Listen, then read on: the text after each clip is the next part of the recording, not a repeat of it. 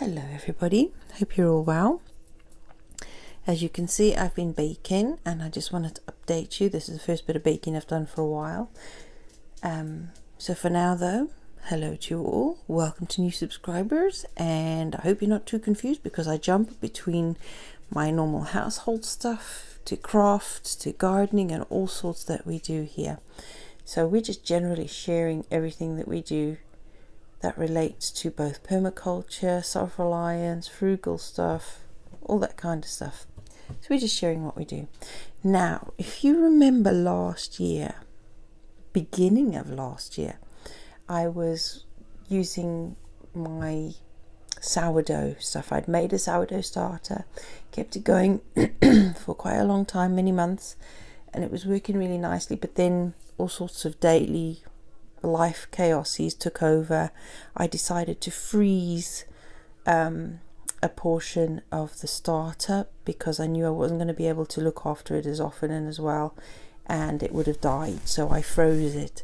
I clean forgot about it, and then my daughter asked for some to make a loaf, and I thought, I've still got some in the freezer. So I took it out, hoping, because it had been in the freezer for many months, hoping that I'd still be able to revive it. So I defrosted it in fresh flour and water mix, and it took almost a week to revive it, of feeding it twice a day for a few days and then once a day.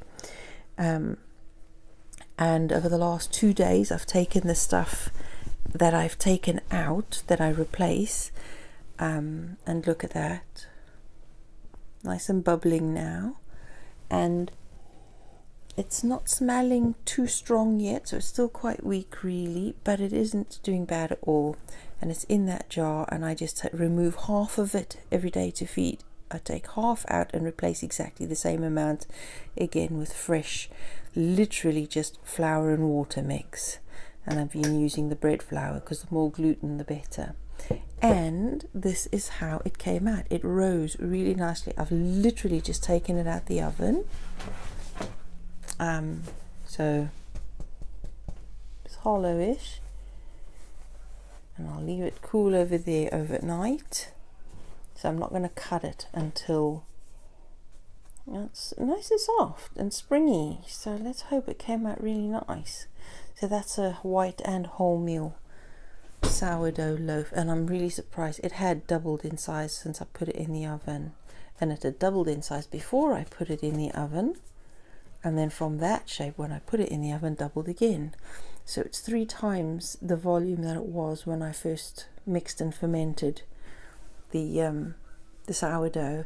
Because all the stuff that I'd taken out from the jar over the 2 days, I just added more flour in today and a little bit of salt, a bit of oil, touch of sugar as usual, and I left it fermenting all day. As I added a bit more water in as well, made it to a very sticky dough, left it fermenting all day, and then this evening when the children went to bed because they're staying over, I gently and very briefly, I don't even measure the stuff I put in, I just briefly kneaded it, hardly much at all, covered it with flour and muslin cloth in a bowl, glass bowl.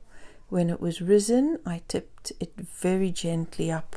I turned it onto, first I put the tray on top of the dough that was covered in a load of flour, flipped it over, peeled off the muslin cloth, and just sliced the slices in it to let it rise.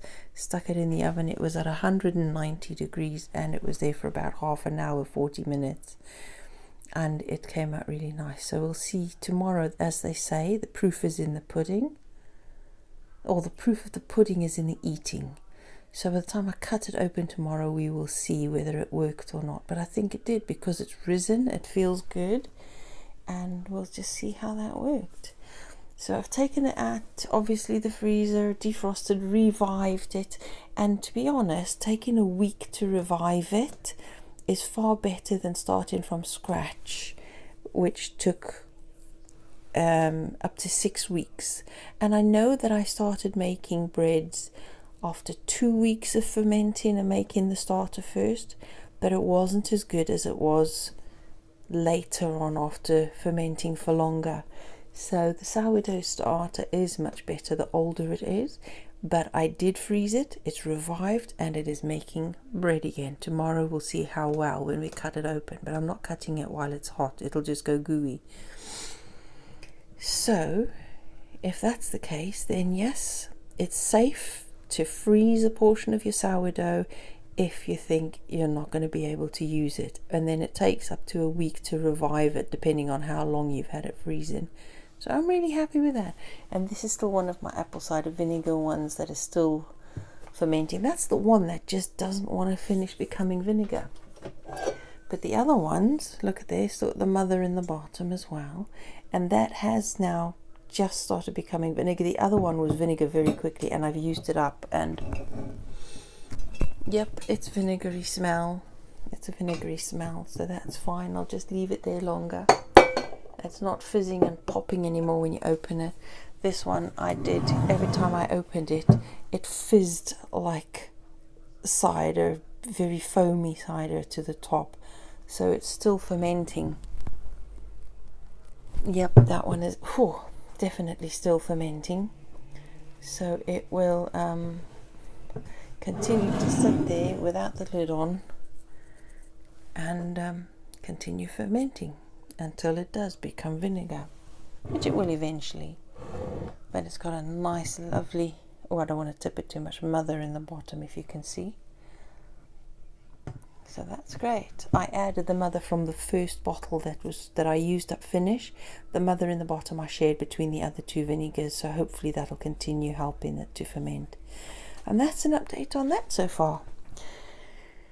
Yep, back to making sourdough bread because we were wanting some, and just because I want to use my store cupboard stuff in we've built up our food storage now to make us a bit more resilient, whatever our politicians decide with this stupid Brexit drama carryings on. So I've been starting to use the food storage cupboard so that whatever we do buy is replacing the food storage stuff. So back to making bread again, which I love, and I just have to be more careful of managing my time and doing things, planning a bit better, and it's working fine for now. And hopefully for the days that are too chaotic and not working so fine, then we'll be fine. We'll figure out something else. So there you are, lovelies. That's all I wanted to share with you for today.